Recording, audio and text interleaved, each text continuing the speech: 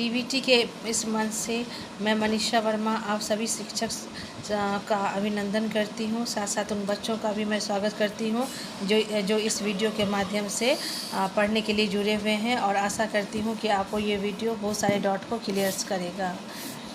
तो मैंने बच्चों आपको पढ़ाया था Lata Mangeshkar the melody queen. इसके अंतर्गत मैंने लता मंगेशकर के जीवनी के बारे में बहुत कुछ आपको पढ़ाया, जो इस किताब में लिखी गई थी कि किस प्रकार उन्होंने देशभक्ति गीत की एक नींव रखी थी, ए मेरे वतन के लोग, और साथ ही साथ उन्होंने किस ढंग से गायन के क्षेत्र में एक नया मुकाम हासिल किया। बहुत सारे सम्माननीय पुरस्कार उन्हें समर्पित हुए। उनके भाई बहन के बारे में भी बताया था, जैसे आशा भोसले, उषा मंगेशकर, उनके भाई हृदयनाथ मंगेशकर, इनके बारे में बताया था। और मैंने बताया था कि उन्होंने एक अवार्ड भी नए उभरते हुए गायकों के लिए भी समर्पित किया था, फिल्म फेयर अवार्ड। तो अब हमने ये जब कोर्स कंप्लीट कर लिया है तो हम इसके ग्लोसरी एंड नोट्स पर आएंगे। जैसे कि मैंने बताया था आपको, पैट्रियोटिक मतलब क्या हम बताते हैं, देशभक्ति। एग्रेशन मतलब आक्रमण। इमोर्टलाइज्ड अमर किया। सेक्रीफाइस त्याग किया। एपिटॉमी का मतलब होता है साकार रूप। रिसाइंडिंग का मतलब बसा हुआ। क्लासिकल मतलब लोक कला कर सकते हैं। आइडेंटिटी मतलब चिन्हित करना या पहचान। नेटिव मतलब जन्म स्थान। आर्टिस्ट कलाकार। अवार्ड मतलब पुरस्कार। ऑनर मतलब होता है सम्मान। तो अब हम आगे देखेंगे कि इसके अंतर्गत कौन कौन से क्वेश्चंस आ रहे हैं। तो सबसे पहला आया है क्वेश्चन हमारा थिंक एंड टेल। तो थिंक एंड टेल में अब आप बच्चों इस लेसन को बहुत अच्छे से पढ़ा समझे हैं कि नहीं समझे हैं, बताइए। अच्छा, अब मैं क्वेश्चन करूंगी, आप उसका जवाब दीजिएगा। जैसे हु इज़ कॉल्ड स्वर सम्राज्ञी? मैम लता मंगेशकर। तो स्वर सम्राज्ञी के नाम से कौन प्रसिद्ध है? तो लता मंगेशकर, जिन्हें हम दीदी भी कहते हैं, वो स्वर सम्राज्ञी के नाम से प्रसिद्ध है। Which award she gave up? उन्होंने कौन सा अवार्ड प्रदान किया? तो हम बताए थे ना, नई fare best female playback singer award. तो Filmfare best female playback singer award को उन्होंने दान किया। नए उभरते हुए कलाकारों को क्या कहते, प्रोत्साहित करने के लिए उन्होंने इस अवार्ड को दान किया। Why did she give up that award? तो टू प्रमोट फ्रेश टैलेंट मतलब नई उभरती हुई प्रतिभाओं को आगे बढ़ाने के लिए उन्होंने ये पुरस्कार को प्रोत्साहित किया। उसके बाद आपका आता है B.2 थिंक एंड राइट। उसमें है what was the earlier name of Lata, why was it change? मतलब पहले लता मंगेशकर का नाम क्या था और इसे उन्होंने क्यों बदला? तो जवाब होगा the earlier name of Lata was Hridaya. Her parent renamed her Lata after a female character Latika in one of her father's play.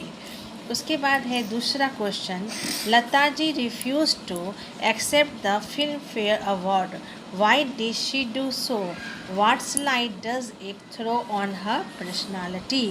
मतलब अब उसको देखिए, तो क्यों इन्होंने रिफ्यूज़ किया? मैंने कहा ना, नई उभरती हुई सिंगर्स कलाकारों को आगे बढ़ाने के उद्देश्य से इन्होंने इस पुरस्कार पर प्रोत्साहित के रूप में उन्हें प्रदान करने के लिए छोड़ दिया। तो इसका आंसर होगा Lata ji refuse to accept the Filmfare award, she had given up the Filmfare best female playback singer award in order to promote the fresh talent. The light it throws on her personality is that she is a bold-minded person with a big heart who can sacrifice for upbringing the new talent. समझे? नई प्रतिभाओं को आगे बढ़ाने के उद्देश्य से उन्होंने एक विशाल हृदय का परिचय देते हुए इस अवार्ड को त्याग दिया। Pandit Nehru could not control his tear. What does it suggest about Lata's art of singing? तो पंडित जवाहरलाल नेहरू, बच्चों जिसे आप चाचा नेहरू भी कहते हो, उन्होंने अपने आंसू को क्यों नहीं रोक पाया जब लता मंगेशकर ने ए मेरे वतन के लोगों गाना गाया? तो इसका जवाब होगा Pandit Nehru could not control his tear after hearing the patriotic songs of Lata ji. The song was a मेरे वतन के लोगों। Pandit Nehru wept like a child to hear the patriotic songs. It suggests that Lata art of singing is of outstanding classes. Her song immortalized the heroic deeds of our soldiers who sacrificed their lives for the country. मतलब ये गाना में पंडित नेहरू ने लता जी की singing प्रतिभा से इस कदर प्रभावित हुए थे। ये गाना हमारे भारतीय सेना के वीरता को दर्शाता है कि किस अदम साहस का परिचय देते हुए उन्होंने भारत माता की रक्षा के लिए अपने प्राणों का बलिदान किया था।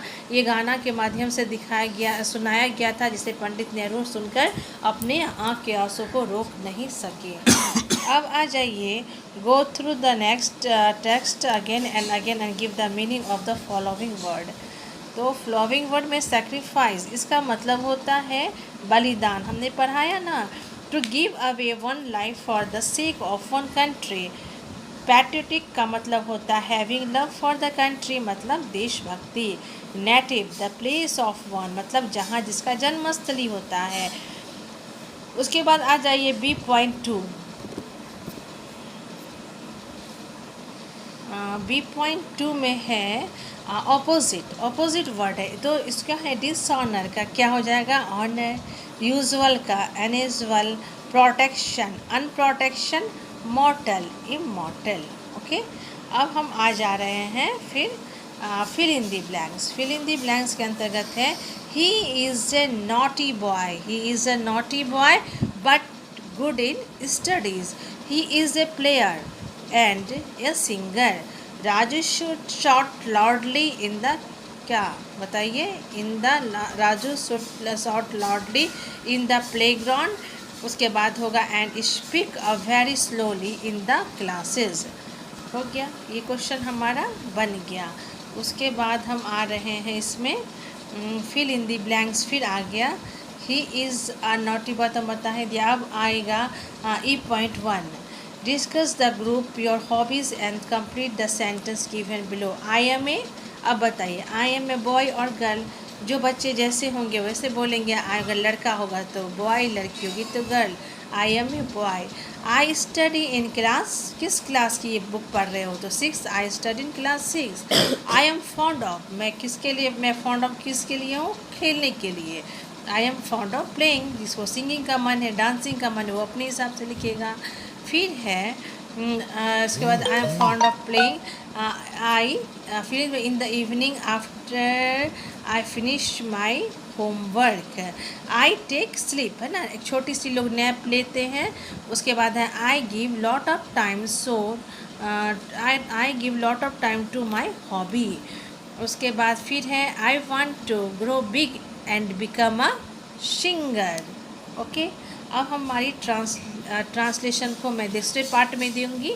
मैंने इस ढंग से सारे क्वेश्चन आंसर को सॉर्ट आउट किया है, और मैं इसमें वीडियो भी दी हूँ, जिसे आप पॉज करके देख सकते हो या इसको डाउनलोड कर सकते हो। Thank you.